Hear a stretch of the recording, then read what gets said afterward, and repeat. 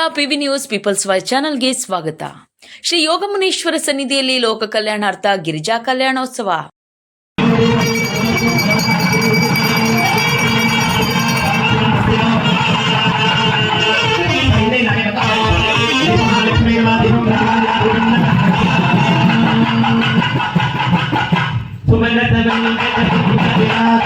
ಕಾರ್ತಿಕ ಮಾಸದ ದೀಪಾವಳಿಯ ಮಾಘ ಮಾಸದ ವಿಶೇಷವಾಗಿ ದೀಪಗಳಿಂದ ಕಾರ್ತಿಕ ಮಾಸದ ಕೊನೆಯ ದಿನವಾದ ಅಮಾವಾಸ್ಯೆಯ ಪ್ರಯುಕ್ತ ಶ್ರೀ ಯೋಗಮುನೇಶ್ವರ ಸ್ವಾಮಿ ಸನ್ನಿಧಿಯಲ್ಲಿ ಭಕ್ತಿಯಿಂದ ವಿಶೇಷ ಅಲಂಕಾರ, ಪೂಜೆ ಹಾಗೂ ಮಂಗಳಾರತಿ, ಹೋಮ ಯಜ್ಞಕುಂಡಗಳನ್ನು ಶ್ರೀ BK ಮಂಜುನಾಥ್ ಅವರ ನೇತೃತ್ವದಲ್ಲಿ ಗಿರಿಜಾ ಕಲ್ಯಾಣೋತ್ಸವ ಭಕ್ತಿಪೂರ್ವಕವಾಗಿ ಸಂಭ್ರಮದಿಂದ ನಡೆಯಿತು.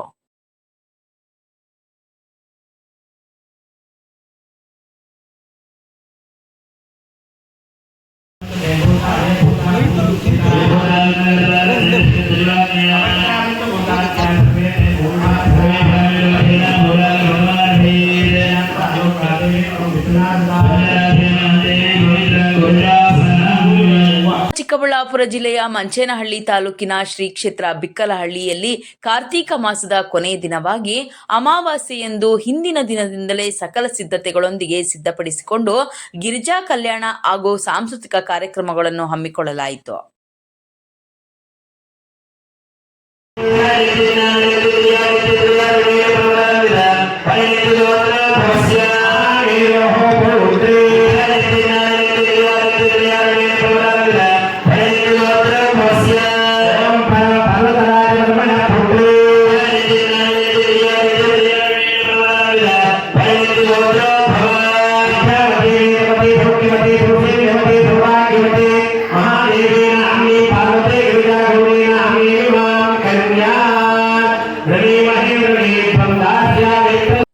ಶ್ರೀ ಕ್ಷೇತ್ರ ಬಿಕ್ಕಲಹಳ್ಳಿ ಗಿರಿಜಾ ಕಲ್ಯಾಣೋತ್ಸವಕ್ಕೆ ತುಂತುರು ಮಳೆ ವಾತಾವರಣ ಇದ್ದರೂ ಸಹ ಹೆಚ್ಚಿನ ಮಟ್ಟದ ಭಕ್ತಾದಿಗಳು ಆಗಮಿಸಿ ಕಾರ್ತಿಕ ಮಾಘಮಾಸ ಪ್ರಯುಕ್ತ ನವದಂಪತಿಗಳು ಗಿರಿಜಾ ಕಲ್ಯಾಣ ಉತ್ಸವದಲ್ಲಿ ಶಿವಪಾರ್ವತಿ ದೇವರಿಗೆ ನಮಸ್ಕರಿಸಿ ದೇವರ ಕೃಪೆಗೆ ಭಾಜನರಾದರು.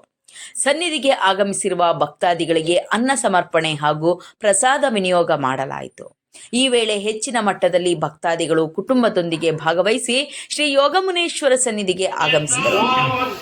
ಪರಮೇಶ್ವರನಿಗೆ ಪರ್ವತರಾಜ ಮಗಳನ್ನ ಕೊಡೋದ್ರ ಜೊತೆಗೆ ಒಂದು ಹಸುವನ್ನು ಕೊಟ್ಟಿದ್ದಾನಂತೆ. ಹಸುವನ್ನು ಕೊಟ್ರೆ ಆ ಹಸುವನ್ನ ತೆಗೆದುಕೊಂಡಂತ ಪರಮೇಶ್ವರ ಹೇಳ್ತಾ ಇದ್ದಾನೆ, ನಮ್ಮ ಕೈಲಾಸಕ್ಕೆ ಹಸು ತಗೊಂಡೋದ್ರೆ ಅದರಿಂದ ಬರುವಂತ ಹಾಲು, ಮೊಸರು, ಬೆಣ್ಣೆ, ತುಪ್ಪ ನಾವೇನು ಉಪಯೋಗಿಸಲ್ಲ.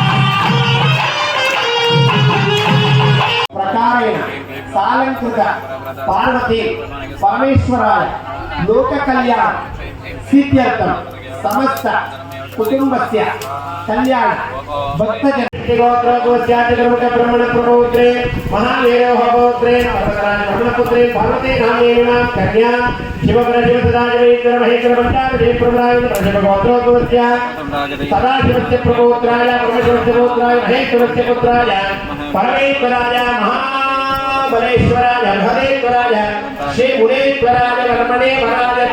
ಈ ಸಂದರ್ಭದಲ್ಲಿ ಪ್ರಧಾನ ದತ್ತಿ ಅಧ್ಯಕ್ಷರಾದ ಶ್ರೀ BK ಮಂಜುನಾಥ್ ಹಾಗೂ ಅವರ ಕುಟುಂಬದವರು, ಸ್ಥಳೀಯ ಗ್ರಾಮಸ್ಥರು, ಬಿಕ್ಕಲಹಳ್ಳಿಯ ಪ್ರಮುಖ ಮುಖಂಡರು ಮತ್ತು ಭಕ್ತಾದಿಗಳು ಗಿರಿಜಾ ಕಲ್ಯಾಣೋತ್ಸವದಲ್ಲಿ ಭಾಗವಹಿಸಿದ್ದರು.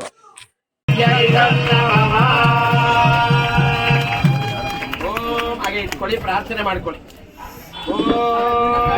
अग्न्यों नमस्ते गार्हपत्याय नमस्ते दक्षिणाग्नये नमः हवनीयाय महावेद्यै नमो नमः ताण्डद्वयोपवाद्याय कर्म ब्रह्मस्वरूपिणे वर्गरूपाय यज्ञेशाय नमो नमः ಶ್ರೀಕೇಶಾಚ್ಯುತ ಗೋವಿಂದ ಮಾಧವ ಅನಂತ ಕೇಶವ. ಪ್ರತಿ ವರ್ಷದಂತೆ ಈ ವರ್ಷದ ಸಮೇತ ದೀಪೋತ್ಸವವನ್ನು ಕಾರ್ತೀಕ ಮಾಸದ ಕೊನೆಯ ಅಮಾವಾಸ್ಯ ದಿವಸ ಹಮ್ಮಿಕೊಂಡಿದ್ದೇವೆ. ಗಿರಿಜಾ ಕಲ್ಯಾಣ ಏನಕ್ಕೆ ಮಾಡಿದ್ದೀವಿ ಅಂದರೆ ಕ್ಷೇತ್ರಕ್ಕೆ ತುಂಬ ಜನ ಬರ್ತಾರೆ. ಮದುವೆ ಆಗಿಲ್ಲ, ಮಕ್ಕಳಾಗಿಲ್ಲ, ಕೌಟುಂಬಿಕ ಸಮಸ್ಯೆಗಳು ಇವೆಲ್ಲವನ್ನು ನಾವು ತಂದೆ ತಾಯಿಗೆ ಹೇಗೆ ಮದುವೆ ಮಾಡಿ ನಾವು ನೋಡಿರೋದಿಲ್ಲ. ಈಗ ಶಿವ ಪಾರ್ವತಿಗೆ ಮದುವೆ ಮಾಡಿ ತಂದೆ ತಾಯಿ ರೂಪದಲ್ಲಿ ನಾವು ಶಿವ ಪಾರ್ವತಿನ ನೋಡಿ ದೇಶಕ್ಕೆಲ್ಲ ಒಳ್ಳೆಯದಾಗಲಿ ಅಂತೇಳಿ ಗಿರಿಜಾ ಕಲ್ಯಾಣ ಪೂಜೆಯನ್ನು ಇಟ್ಕೊಂಡಿದ್ದೀವಿ. ಇವತ್ತು ಇದು ದೀಪಾವಳಿಗೆ ಮೊದಲು ದೀಪೋತ್ಸವ ಮಾಡ್ತೀವಿ. ಕಿರಿ ದೀಪಾವಳಿಗೆ ಭಾಳ ಬೆಳಗ್ಗೆಯಿಂದ ಯಾವೆಲ್ಲ ಕಾರ್ಯಕ್ರಮಗಳು? ಬೆಳಗ್ಗೆ ಯೋಗಮನೇಶ್ವರನಿಗೆ, ಮಹಾಬಲೇಶ್ವರನಿಗೆ, ಪಾರ್ವತಿ ದೇವಿಗೆ, ಚಾಮುಂಡೇಶ್ವರಿಗೆ ಪಂಚಾಮೃತ ಅಭಿಷೇಕ ಅಲಂಕಾರಗಳೆಲ್ಲ ಮಾಡಿ ಸ್ವರ್ಣಲಿಂಗೇಶ್ವರನಿಗೂ ಅಭಿಷೇಕ ಆಗಿ ಈಗ ಗಿರಿಜಾ ಕಲ್ಯಾಣಕ್ಕೆ ಬಂದಿದೆ. ಭಕ್ತಾದಿಗಳು ಯಾವ ರೀತಿ? ಮಳೆ ಬೆಳಗ್ಗೆಯಿಂದನೂ ಮಳೆ ಹಿಡ್ಕೊಂಡಿದೆ. ಮಳೆಯಲ್ಲೂ ಸಮೇತ ಬಂದಿದ್ದಾರೆ, ಇನ್ನೂ ಬರ್ತಾ ಇದ್ದಾರೆ ಎಲ್ಲ ಭಕ್ತಾದಿಗಳು. ಸಂಜೆ ತುಂಬ ಸೇರ್ತಾರೆ ದೀಪೋತ್ಸವಕ್ಕೆಲ್ಲ, ತುಂಬ ಎಲ್ಲ ಭಕ್ತಾದಿಗಳು ಬರ್ತಾರೆ. ವಿಶೇಷವಾದಂತಹ ಭಗವಂತನ ಸಾನ್ನಿಧ್ಯದಲ್ಲಿ ಕಾರ್ತೀಕ ಮಾಸ ಬರೋದೇ ವಿಶೇಷ. ಮಾಸ ಪೂಜೆಗಳು ಅಂತ ಆಗಮಶಾಸ್ತ್ರದಲ್ಲಿ ಹೇಳುತ್ತೆ. ಒಂದೊಂದು ಮಾಸದಲ್ಲಿ ಒಂದೊಂದು ದ್ರವ್ಯಗಳಿಂದ ಭಗವಂತನನ್ನು ಆರಾಧನೆ ಮಾಡಿದ್ರೆ ಕೋರಿದ ಇಷ್ಟಾರ್ಥ ಫಲಗಳು ಅಂತೇಳಿ ಶಾಸ್ತ್ರದಲ್ಲಿ ಹೇಳಿದ್ದಾರೆ. ಹಾಗಾಗಿ ಕಾರ್ತೀಕ ಮಾಸದಲ್ಲಿ ಯಾವ ದ್ರವ್ಯದಿಂದ ಪೂಜೆ ಮಾಡಬೇಕು ಅಂದರೆ ದೀಪಗಳಿಂದ ಭಗವಂತನ ಆರಾಧನೆ ಮಾಡಬೇಕು ಅಂತ ಹೇಳಿದ್ದಾರೆ. ಹಾಗಾಗಿ ಕಾರ್ತೀಕ ದೀಪ ಅಂತ ವಿಶೇಷ. ಅಂತ ಒಂದು ಕಾರ್ತೀಕ ಮಾಸದ ಕೊನೆಯ ದಿನವಾದಂತಹ ಈ ಅಮಾವಾಸ್ಯೆ ಮುಗಿದ ತಕ್ಷಣ ಪ್ರತಿಪತ್ ಶುರುವಾಗುತ್ತೆ. ಅಲ್ಲಿಂದ ಮಾರ್ಗಶಿರ ಮಾಸ ಶುರುವಾಗ್ಬಿಡುತ್ತೆ. ಇವತ್ತು ಕೊನೆಯ ದಿನವಾದಂಥ ಕಾರ್ತೀಕ ಮಾಸದಲ್ಲಿ ಶಿವನನ್ನು ಆರಾಧನೆ ಮಾಡುವಂತಹ ಬಹಳ ಪ್ರಶಸ್ತವಾದಂಥ ದಿನ. ಈ ಒಂದು ಮಹಾಕ್ಷೇತ್ರ ಚಿಕ್ಕಬಳ್ಳಾಪುರ ದೊಡ್ಡಬಳ್ಳಾಪುರದ ಮಧ್ಯದಲ್ಲಿ ವಿರಾಜಮಾನವಾಗಿರ್ತಕ್ಕಂಥ ಯೋಗ ಮುನೇಶ್ವರನ ಸಾನ್ನಿಧ್ಯ ಇಲ್ಲಿ ಬಹಳ ವಿಶೇಷವಾಗಿದೆ. ಆ ಪರಮಾತ್ಮ ಬಂದು ಕುಳಿತುಕೊಂಡ ತಕ್ಷಣ ಸಕಲ ದೇವತೆಗಳಿಗೆ ಇಲ್ಲಿ ಸಾನ್ನಿಧ್ಯ ಪ್ರಾಪ್ತಿಯಾಗಿದೆ. ಯಾವ ರೀತಿ ಅಂತಂದ್ರೆ ನಮ್ಮ ಈ ಭೂಮಿಗೆ ಭಾರತ ಭೂಮಿ ಅಥವಾ ಭರತ ಭೂಮಿ ಅಂತ ಕರೀತಾರೆ. ಭರತ ಚಕ್ರವರ್ತಿ ಆಳಿ ಈ ದೇಶಕ್ಕೆ ಭಾರತ ಅನ್ನುವಂಥ ಹೆಸರು ಬಂದಿದೆ. ಹಾಗಾಗಿ ಭಾರತ ಒಂದು ಭೂಮಿಗೆ ಮೊದಲು ದೇವತೆ ಯಾರಂದ್ರೆ ಭಾರತ ಮಾತೆ ಅಂತ. ಕಾಶಿಯಲ್ಲಿ ಮಾತ್ರ ಈ ದೇವಾಲಯ ಇರೋದು ಭಾರತ ಮಾತೆಯ ದೇವಾಲಯ. ಅದು ಬಿಟ್ಟರೆ ಈ ಯೋಗ ಮುನೇಶ್ವರನ ಸಾನ್ನಿಧ್ಯದಲ್ಲಿ ಮೊಟ್ಟ ಮೊದಲನೇದಾಗಿ ನೀವು ಪ್ರವೇಶ ಆದ ತಕ್ಷಣ ಕಾಣೋದು ದೇವಸ್ಥಾನ ಯಾವುದಪ್ಪ ಅಂದ್ರೆ ಭಾರತ ಮಾತೆಯ ಸನ್ನಿಧಾನ. ಅಮ್ಮನವರ ಅನುಗ್ರಹ ಇಲ್ಲದೆ ಭಾರತದಲ್ಲಿ ಹುಟ್ಟೇ ಬರಲಿಕ್ಕೆ ಸಾಧ್ಯ ಇಲ್ಲ. ದೇವತೆಗಳೆಲ್ಲ ಭಗವಂತನ ಕುರಿತು ತಪಸ್ಸು ಮಾಡ್ತಾರಂತೆ. ಭಗವಂತ ಪ್ರತ್ಯಕ್ಷ ಆಗಿ ದೇವತೆಗಳಪ್ಪ ನಿಮ್ಗೇನು ವರ ಬೇಕು ಅಂತ ಕೇಳಿದ್ರೆ ಅದಕ್ಕೆ ಆ ದೇವತೆಗಳೆಲ್ಲ ಹೇಳ್ತಾರಂತೆ ಭಾರತದಲ್ಲಿ ನಾವು ಒಂದೇ ಒಂದು ಸಲ ಹುಟ್ಟಬೇಕು ಅಂತ. ಅಂತ ಒಂದು ದೇವತೆಗಳು ತಪಸ್ಸು ಮಾಡುವಂಥ ಈ ಭೂಮಿ ಭಾರತ ಭೂಮಿಯಲ್ಲಿ ಮೊದಲನೇದಾಗಿ ಭಾರತ ಮಾತೆಯ ದೇವಾಲಯ ನಮಗೆ ಗೋಚರವಾಗುತ್ತೆ. ಎದುರುಗಡೆ ಅಮ್ಮನವರು ಕಾಣ್ತಾರೆ. ಅದಾದ ತಕ್ಷಣ ಯೋಗ ಮುನೇಶ್ವರ ಪ್ರಧಾನ ದೇವರಾಗಿದ್ದಾನೆ. ಇಲ್ಲಿ ಯೋಗ ಭಾಗ್ಯಗಳನ್ನು ಅನುಗ್ರಹ ಮಾಡ್ತಕ್ಕಂಥ ಕ್ಷೇತ್ರ ಇದು. ಹಾಗಾಗಿ ಇಲ್ಲಿ ಯಾರು ಬರ್ತಾರೆ ಭಗವಂತನ ಸಾನ್ನಿಧ್ಯಕ್ಕೆ ಅವರೇ ಸ್ವಯಂ ಆಗಿ ಪೂಜೆ ಮಾಡ್ಬೋದು. ಕಾಶಿಯಲ್ಲಿ ನೀವೆಲ್ಲ ನೋಡಿದ್ದೀರ ಜ್ಯೋತಿರ್ಲಿಂಗಗಳಲ್ಲಿ ದೇವರನ್ನ ಮುಟ್ಟಿ ಯಾವ ರೀತಿ ಆರಾಧನೆ ಮಾಡುವಂಥ ಯೋಗ ಭಾಗ್ಯಗಳಿದೆಯೋ ಆ ಒಂದು ಮಹಾ ಸಾನ್ನಿಧ್ಯ ಈ ಕ್ಷೇತ್ರದಲ್ಲಿದೆ. ಯೋಗ ಮುನೇಶ್ವರರು ಪ್ರಧಾನನಾಗಿ ಬಂದು ಇಲ್ಲಿ ಕುಳಿತು ಎಲ್ಲ ದೇವತೆಗಳನ್ನು ಕೂಡ ಇಲ್ಲಿ ಪ್ರಾರ್ಥನೆ ಮಾಡಿದ್ದಾರೆ. ಹಾಗಾಗಿ ಬ್ರಹ್ಮ ವಿಷ್ಣು ಮಹೇಶ್ವರರ ದಿವ್ಯ ಬೃಹದೇಶ್ವರ ದೇವಾಲಯ ಇದೆ. ಕೆಳಗಡೆ ಮೂಲದಲ್ಲಿ ಬ್ರಹ್ಮದೇವರಿದ್ದಾರೆ, ಚತುರ್ಮುಖ ಬ್ರಹ್ಮ ಇದ್ದಾನೆ, ಮಧ್ಯಭಾಗದಲ್ಲಿ ಮಹಾವಿಷ್ಣು ಇದ್ದಾರೆ, ಕೊನೆಯಲ್ಲಿ ಪರಮೇಶ್ವರ ಲಿಂಗ ಇದೆ. ಈ ರೀತಿ ಬಹಳ ವಿಶೇಷವಾಗಿರ್ತಕ್ಕಂಥ ಒಂದು ಸಾನ್ನಿಧ್ಯ ಇದೆ ಬ್ರಹ್ಮ ವಿಷ್ಣು ಮಹೇಶ್ವರರ ಸಾನ್ನಿಧ್ಯ. ಅದರ ಮುಂಭಾಗದಲ್ಲೇ ಸ್ವರ್ಣಲಿಂಗ ಅಂತಿದೆ. ಅಂದರೆ ಎಲ್ಲ ದೇವತೆಗಳ ಸಾನ್ನಿಧ್ಯ ಲಿಂಗಾಕಾರವಾಗಿ ಪಾರ್ವತಿ ಪರಮೇಶ್ವರರು ಸ್ವರ್ಣ ಲೇಖಾಂಕಿತ ಲಿಂಗದಲ್ಲಿ ಅರ್ಧನಾರೀಶ್ವರ ತತ್ವವನ್ನು ಹೇಳಿದ್ದಾರಂತೆ. ಆ ಒಂದು ತತ್ವಕ್ಕೆ ಸಮಾನವಾದಂಥ ಪಾರ್ವತಿ ಪರಮೇಶ್ವರರು ಅರುಣಗಿರಿಯಲ್ಲಿ ಯಾವ ರೀತಿ ಕುಳಿತಿದ್ದಾರೋ ಅರುಣಾಚಲದಲ್ಲಿ ಆ ರೀತಿ ವಿಶೇಷವಾದಂಥ ಒಂದು ಪ್ರತಿಮೆ ಇದೆ. ಆ ಪ್ರತಿಮೆಯ ಕೆಳಭಾಗದ ಅಂತರ್ಭಾಗದಲ್ಲಿ ಪಾತಾಳದಲ್ಲಿ ಪರಮೇಶ್ವರ ಲಿಂಗ ಇದೆ. ಎಲ್ಲ ಬಿದ್ದಂತಹ ಪರಮಾತ್ಮನ ಬಿದ್ದಂತಹ ಜಲವೆಲ್ಲ ಕೂಡ ಆ ಸ್ವರ್ಣಲಿಂಗದ ಮೇಲೆ ಆವಿರ್ಭಾವವಾಗುತ್ತೆ, ಆ ಲಿಂಗಕ್ಕೆ ಸಂಪನ್ನವಾಗುತ್ತೆ. ಆ ರೀತಿ ವಿಶೇಷವಾದಂತಹ ಸ್ವರ್ಣಲಿಂಗ ಇದೆ. ಮತ್ತೆ ಒಳಗಡೆ ಬಂದರೆ ದೇವತೆಗಳು ಯಾವ್ಯಾವ ದೇವತೆಗಳು, ಗಣಪತಿ, ಸುಬ್ರಹ್ಮಣ್ಯ, ಮತ್ತೆ ಎಲ್ಲ ಪರಿವಾರಾದಿ ದೇವತೆಗಳು, ದಕ್ಷಿಣಾಮೂರ್ತಿ, ಅಮ್ಮನವರು, ಲಕ್ಷ್ಮಿ, ಹೀಗೆ ಅನೇಕ ವಿಧವಾಗಿರ್ತಕ್ಕಂತಹ ಒಂದು ದೇವತಾ ಮೂರ್ತಿಗಳನ್ನು ಇಲ್ಲಿ ಸಾನ್ನಿಧ್ಯಗೊಳಿಸಲಾಗಿದೆ. ಹಾಗಾಗಿ ಒಂದು ಕಾರ್ತೀಕ ಮಾಸದ ಅಮಾವಾಸ್ಯೆಯ ದಿನ ಯಜಮಾನರು ತುಂಬ ಭಕ್ತಿ ಶ್ರದ್ಧೆ ಮಂಜುನಾಥ್ ಅವರು ಅದ್ಭುತವಾದಂಥ ಒಂದು ಹಿಂದೂ ಸನಾತನ ಧರ್ಮವನ್ನು ಪ್ರತಿನಿಧಿಸುವಂಥ ಒಂದು ಕ್ಷೇತ್ರವಾಗಬೇಕು ಅಂತೇಳಿ ಈ ಕ್ಷೇತ್ರವನ್ನು ಮಾಡಿದ್ದಾರೆ. ನಮ್ಮನ್ನೆಲ್ಲ ಕರೆದಿದ್ದಾರೆ. ನಾವು ಪುರೋಹಿತರು KR ಪುರಮಿಂದ ಬಂದಿದ್ದಾರೆ, ಒಬ್ಬರು ಚಿಂತಾಮಣಿಯಿಂದ ಕೌಶಿಕ್ ಶರ್ಮಾ ಅಂತ ಬಂದಿದ್ದಾರೆ, ಚಂದ್ರಕಾಂತ್ ಅಂತ ಅವರು ನಮ್ಮನೇಲಿ ಕರೆಸಿದ್ದಾರೆ. ಅವರು ತುಂಬ ವರ್ಷಗಳಿಂದ ಇಲ್ಲಿ ಭಗವಂತನಿಗೆ ಸೇವೆ ಮಾಡ್ತಾ ಇದ್ದಾರೆ. ನಮ್ಮ ಆಪ್ತ ಸ್ನೇಹಿತರಾದಂಥ ಚಂದ್ರಕಾಂತ್ ಶರ್ಮಾ ಅವರು, ಹಾಗೆ ನಾವು ಲಕ್ಷ್ಮೀಪತಿ ಶರ್ಮಾ ಅಂತ KR ಪುರಮಿಂದ ಬಂದಿದ್ದೇವೆ. ಈಗ ಅನೇಕ ವೆಂಕಟಾಚಲಪತಿ ಶರ್ಮಾ ಅಂತ ಬಂದಿದ್ದಾರೆ, ಅವರು ಕೃಷ್ಣರಾಜಪುರದಿಂದ ಬಂದಿದ್ದಾರೆ. ಮತ್ತು ಇಲ್ಲಿ ಅನೇಕ ವಿಧವಾದಂತಹ ಭಕ್ತಾದಿಗಳು ಕೂಡ ಭಗವಂತನ ಸಾನ್ನಿಧ್ಯದಲ್ಲಿ ಸೇವೆ ಮಾಡ್ತಾ ಇದ್ದಾರೆ. ಇವತ್ತಿನ ಸೇವೆಗಳೇನಪ್ಪಾ ಅಂದ್ರೆ ಪ್ರಾತಃ ಕಾಲದಲ್ಲಿ ಎಲ್ಲ ದೇವಾಲಯ ಶುದ್ಧೀಕರಣವಾಗಿ ಭಗವಂತನನ್ನ ಪ್ರಾರ್ಥನೆ ಮಾಡಿದ್ದೇವೆ. ಸ್ವರ್ಣ ಲೇಖಾಂಕಿತವಾದಂತಹ ಲಿಂಗಕ್ಕೆ ಪರಮೇಶ್ವರನಿಗೆ ಆರಾಧನೆ ಆಗಿದೆ. ಎಲ್ಲ ದೇವತೆಗಳಿಗೆ ಮೂಲ ಸನ್ನಿಧಾನದಲ್ಲಿ ವಿಶೇಷ ಪೂಜೆ ಆಗಿದೆ. ಈ ಮಂಟಪದಲ್ಲಿ ಗಿರಿಜಾ ಕಲ್ಯಾಣ ಅಂತ ಮಾಡ್ತಾ ಇದ್ದೀವಿ. ಇದೇನಪ್ಪ ಅಂದರೆ ಲೋಕಕ್ಕೆ ಮಂಗಳವಾದಂತಹ ಒಂದು ದಿವ್ಯವಾದಂತಹ ಸೇವೆ. ಹಿಮವದ್ರಾಜನಾಗಿರ್ತಕ್ಕಂತಹ ಪರ್ವತರಾಜನು ತನ್ನ ಮಗಳಾಗಿರ್ತಕ್ಕಂಥ ಪಾರ್ವತಿಯನ್ನು ಕೊಟ್ಟು ಶಿವನಿಗೆ ಕಲ್ಯಾಣ ಮಾಡಿರ್ತಕ್ಕಂಥ ಸೇವೆ ಇದು.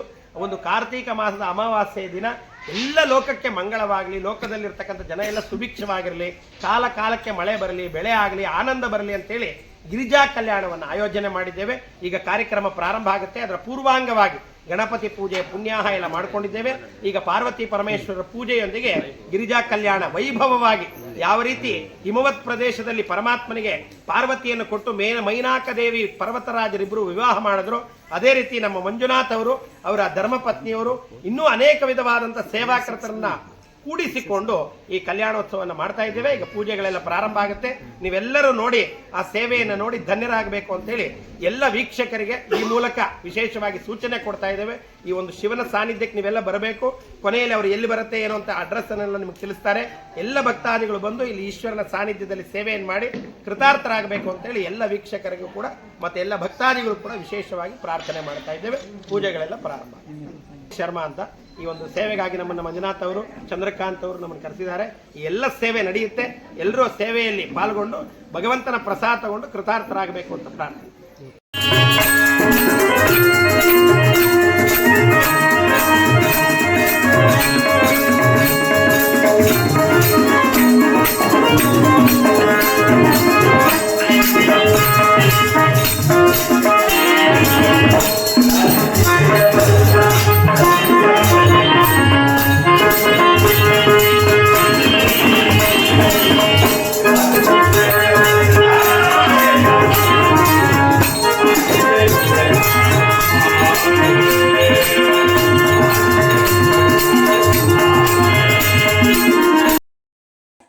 ಸ್ಥಳೀಯ ಸುದ್ದಿಗಳು ಮತ್ತು ಜಾಹೀರಾತಿಗಾಗಿ ಸಂಪರ್ಕಿಸಿ ವೀರ್ನಾಗ್.